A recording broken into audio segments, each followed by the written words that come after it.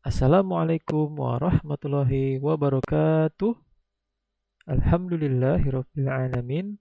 Wassalatu wassalamu ala Rasulillah wa ala alihi washabbihi ajma'in. Amma ba'du. Selamat pagi, salam olahraga. Halo anak-anak, bagaimana kabar kalian? Semoga baik-baik saja ya. Pada hari ini, kita akan melanjutkan pembelajaran PJOK, di mana pada materi hari ini kita akan membahas tentang senam irama tanpa musik bagian pertama. Sebelum kita memasuki pembelajaran hari ini, mari sama-sama kita berdoa terlebih dahulu. Berdoa dimulai.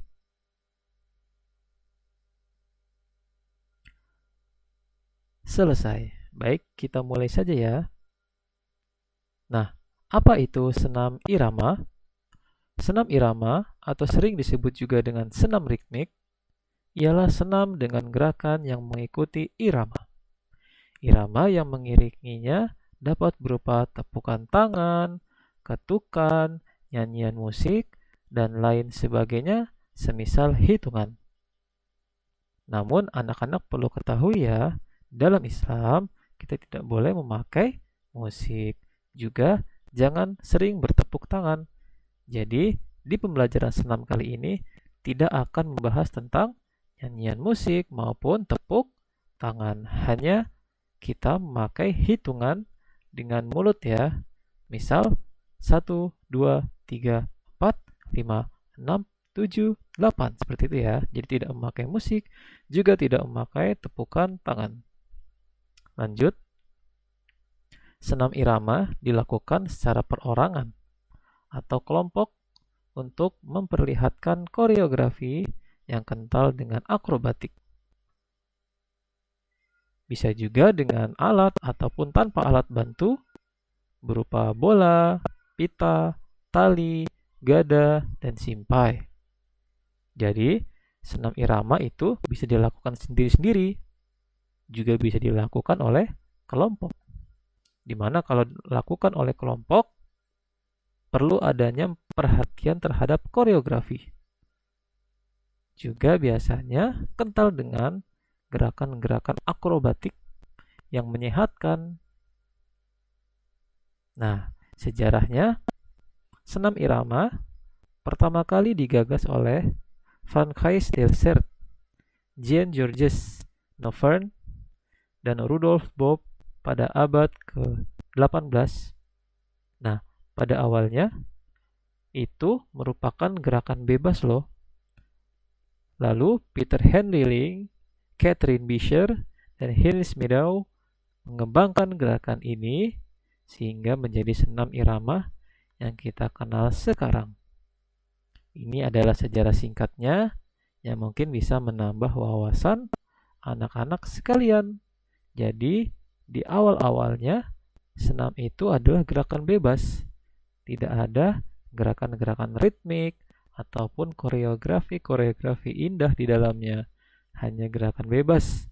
Kemudian oleh Peter, Catherine, dan Heinz dikembangkan lagi nih gerakan-gerakan bebas itu dengan irama atau ritmik agar lebih bagus, agar lebih terkoreografi dengan apik. Akhirnya sampai saat ini, sampai hari ini dikenal dengan senam irama yang bisa kita tahu hari ini. Nah, ada 3 bagian dalam senam irama yang anak-anak bisa fahami, yakni bagian pemanasan, bagian inti, dan bagian pendinginan. Bagian pemanasan adalah gerakan yang dilakukan sebelum melakukan senam irama untuk mencegah terjadinya cedera.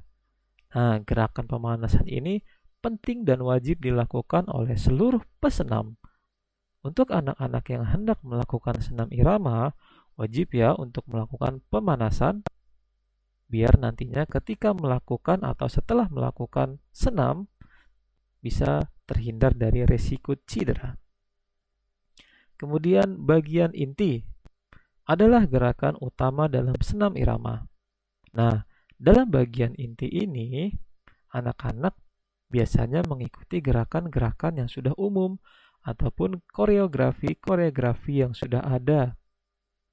Anak-anak juga bisa membuat koreografi sendiri dengan mengikuti step by step dari membuat gerakan bagian inti.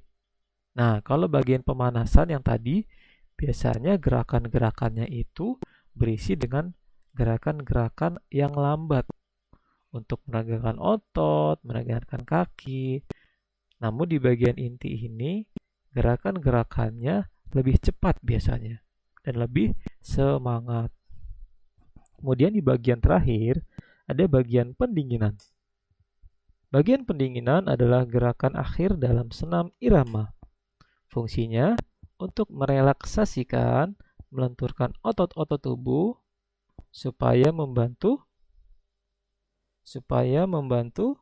di sini Bapak lupa ketik ya, supaya membantu peregangan otot agar lebih tidak sakit cedera.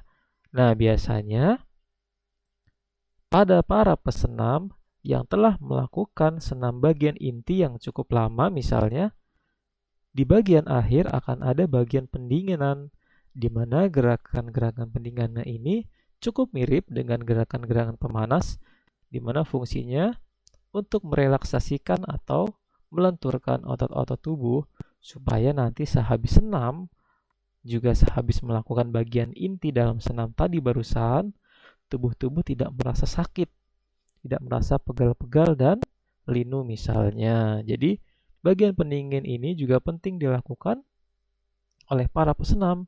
Jadi setelah melakukan bagian inti jangan langsung berhenti dan langsung melakukan aktivitas lain, tapi harus melakukan bagian pendinginan agar otot-otot tubuh tidak sakit.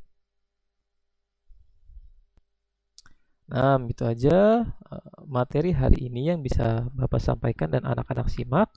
Untuk pertemuan kali ini tidak ada tugas ya. Jadi nanti tugasnya dirapel di pertemuan selanjutnya.